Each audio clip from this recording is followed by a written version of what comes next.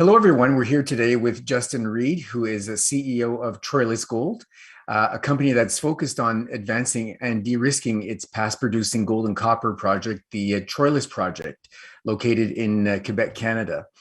So, Justin, let's take a few minutes today to get an overview of Troilus and maybe dig a little deeper in terms of what has been taking place in the last sort of year to 2 years, how you've been advancing the project, and what we can look forward to actually in the sort of very near future. Hi, good morning, Peter. That sounds great. As you mentioned, Troilus is a developer. We're developing the redeveloping the past-producing Troilus Mine. Troilus produced between 96 and 2010, operated by Inmet, produced about 2 million ounces of gold and 70,000 tons of copper. So fairly significant. Was a materially undercapitalized mine. Inmet was a global base metal producer. Corporate objectives were elsewhere. And so really when the mine ran out of reserves, they really just started to shut down the mine because they were building Cobre Panama and a bunch of other, amazing assets. We picked it up privately. There was about 1,000,008 ounces historic, mainly underground. And we realized very quickly that it's not that Inmet did no work. Inmet did, or did bad work. They really didn't do any work. It just wasn't a corporate objective. So we've gone in.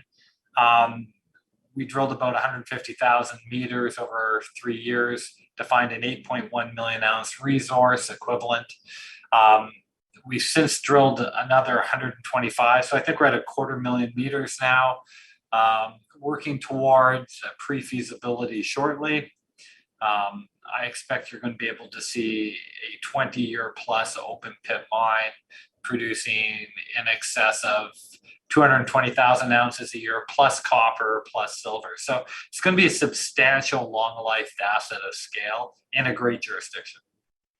So you mentioned gold and copper. So these are both metals that certainly are attractive to the markets these days.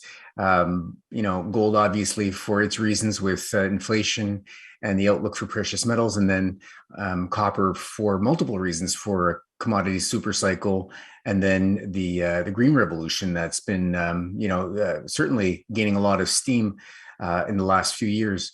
So maybe you can tell us a little bit about the grades that you're dealing with without getting too technical. Yeah. And so let's start with that. Troilus is what's considered a low-grade bulk tonnage asset, so it's not incredibly sexy. But on an equivalent basis, we're looking at anywhere between 0.8 to a gram gold with about 0.2 gram equivalent copper. So fairly low grade, but we will produce between 20 and 25 million pounds of copper a year. It'll account for about 15% of our revenue, depending on the commodity price you want to assume. And significantly enough, that'll be the largest copper producer in Canada, or in Quebec. Not saying much, but it's a huge revenue stream. And it provides us with a huge amount of optionality as a developer as well. In November of 2020, we bought back our royalty. We had a 2.5% NSR. That was to First Quantum, from whom we purchased the mine. Bought it back for 20 million. The market, didn't really blink because it was a long time ago and early. But, our asset is more or less unencumbered now. And that copper not only provides a huge amount of exposure to what I think is probably going to be one of the best performing commodities, but it also provides a lot of flexibility for potential financing in the future, because copper can be sold in the secondary market, derivatives can be sold, concentrate can be pre-sold.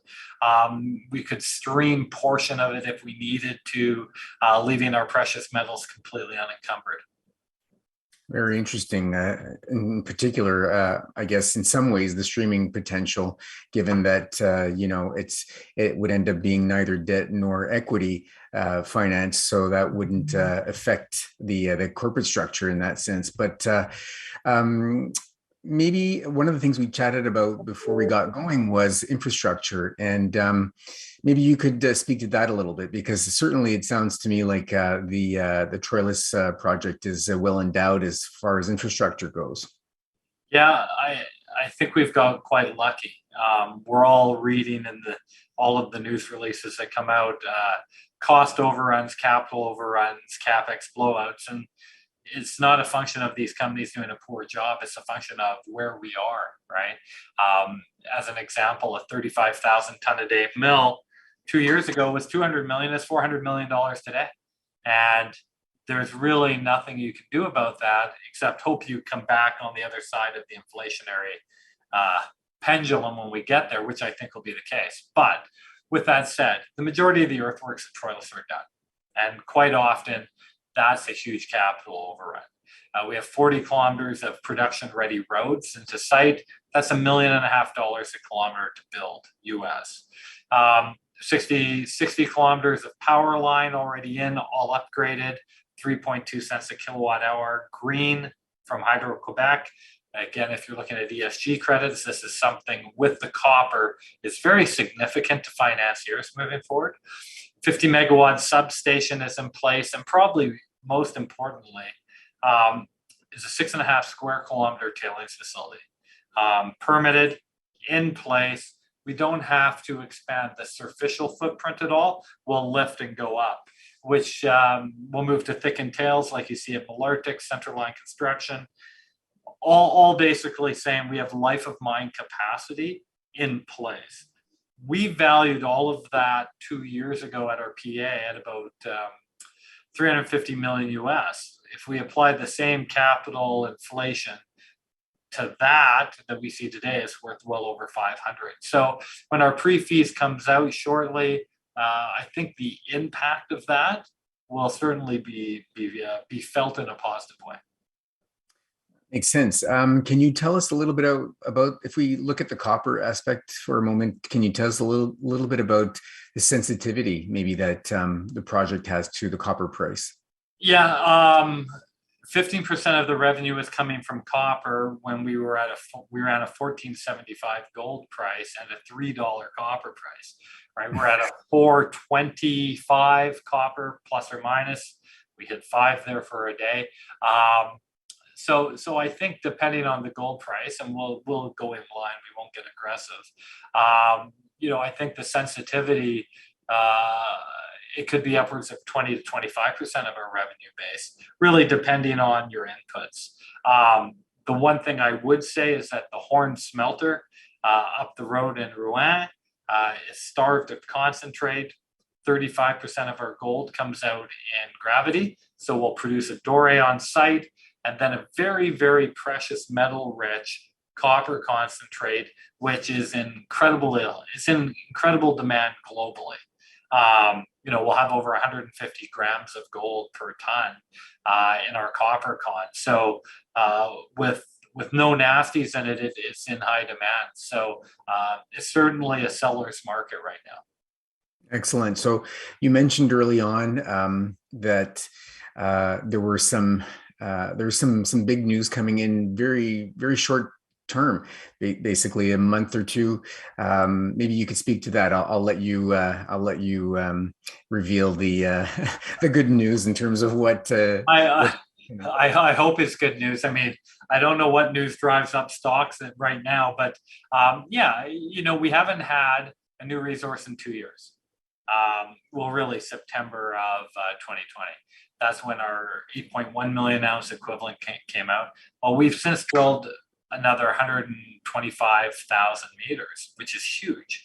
A majority of that on the southwest, which in our PA was 600,000 ounces over 400 meter strike length.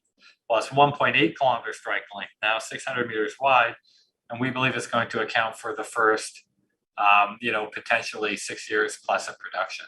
So expect big growth there, like we've shown, and at the same time, our pre-feasibility will come out, which will really set the framework for the permitting, which is underway. Well, it certainly sounds like some great catalysts lie ahead, even relatively near term. And so, that'll be certainly very interesting for everybody to watch in terms of how it helps Troilus Gold and the projects that you have moving forward. Thanks for all your time today, Peter. It's a pleasure. Thank you, Justin.